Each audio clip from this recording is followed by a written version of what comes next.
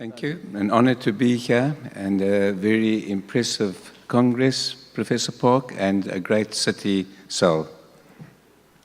So, the future. Just to quote Jonathan Sachs, disagreement is the beginning of knowledge. So if we argue with each other, it doesn't mean that anybody is wrong. What we are seeing now, we're in the midst of tremendous innovation in the medical world. And the green are things that have already happened. The others are still to happen. For instance, a smart watch. These watches do so much. They tell me, they change, as I go from area to area, my watch tells me where I am. 3D printing, this is my first prediction. I predict that in the future, you will have a 3D printer in every single major hospital. I seem to have missed a little bit, quite a bit, in fact. Let me just, I don't quite know why that jumped.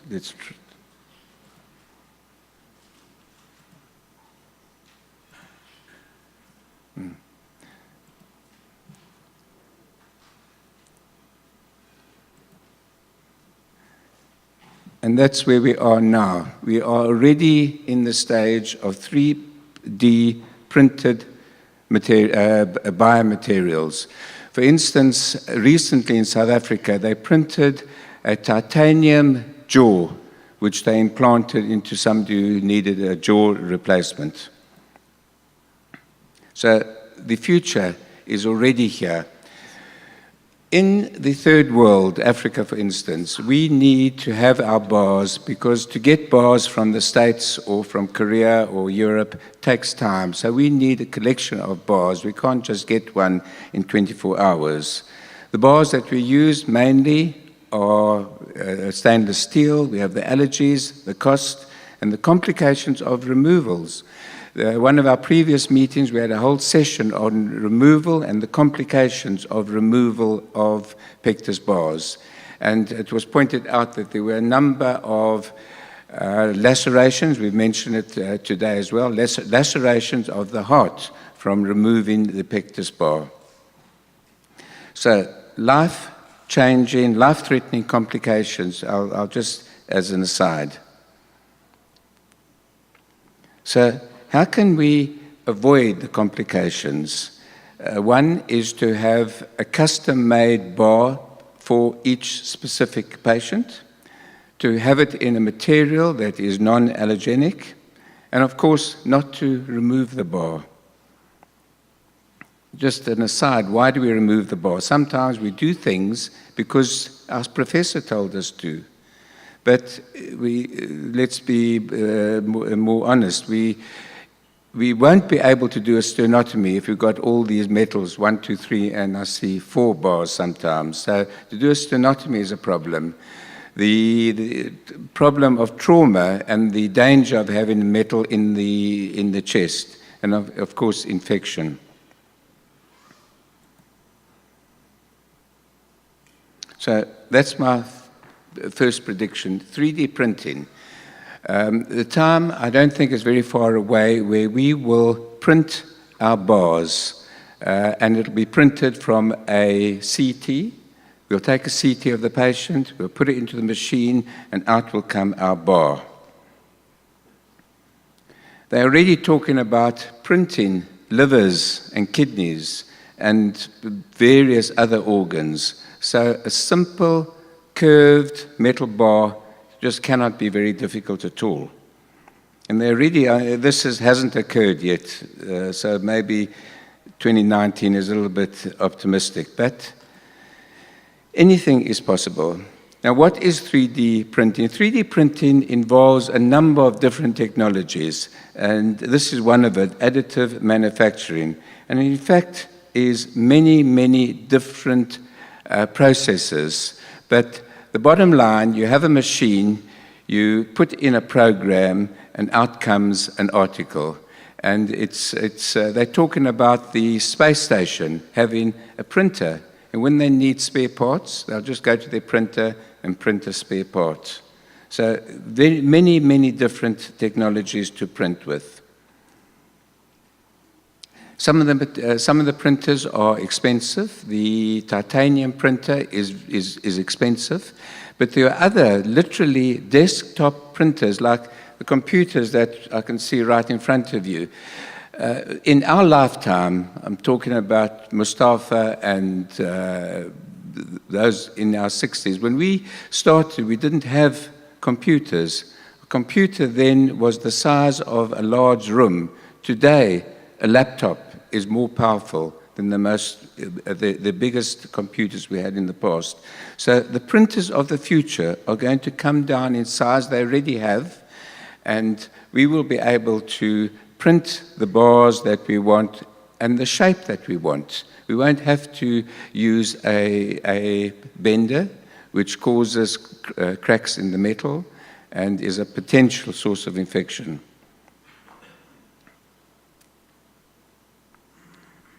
For instance, trauma. There's a printer, a company that is printing bone. They take cells out of the body, they culture the cells, they mix it with a little bit of calcium, and they put it in a printer, and they print bone to replace the missing femur, for instance, a defect in the femur. They'll print a custom-made bit of bone to go into that area. There you've got it. Splint manufactured in a three-dimensional printer. These are the sort of things. The tracheal stent, that was done recently in the States, in a little child that they couldn't get off a ventilator. They put that stent in. This was an absorbable material, so they didn't have to worry about having to remove the stent. There again, these are all removable. Look at that chest wall. Removable, printable prostheses. The hips, where's Don? The future of joint replacements will be printable organs. Just imagine you break your plate and you go down to your kitchen or your office and you print a new plate. What about printing a pectus bar? Medicines, they're talking about printing medicines in the future. Okay, now the materials, there are so many different materials that are already printable. Stainless steel, we already can print our bars in stainless steel, certainly in titanium, but I believe the next generation will have absorbable materials. I see there's a talk on nylon. Well, there are so many other polypropylenes that are absorbable.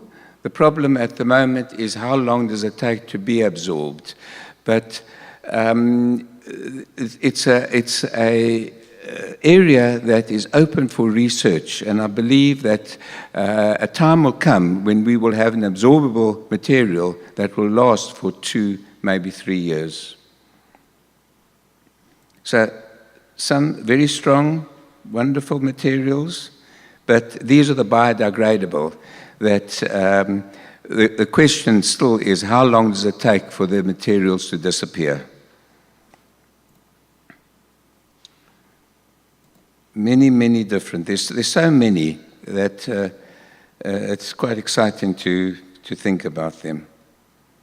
So we want a biodegradable, mechanically solid, and of course biological thing. So that's my prediction. We'll have a printer in every hospital.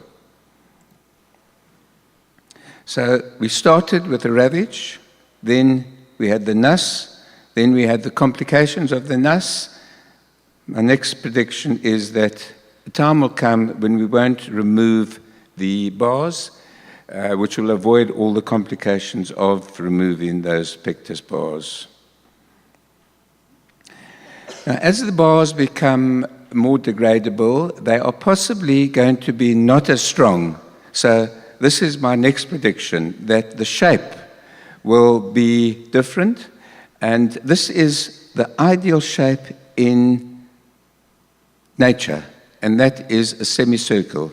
And we saw it in the previous talk on the ribbed vault and the curved vault, and I would suggest that that will be the future, a more semicircular bar, which these are bars that have lasted for 1,000 years plus. You can see from this, the force is in the middle. That's where the strength is, on the buttresses.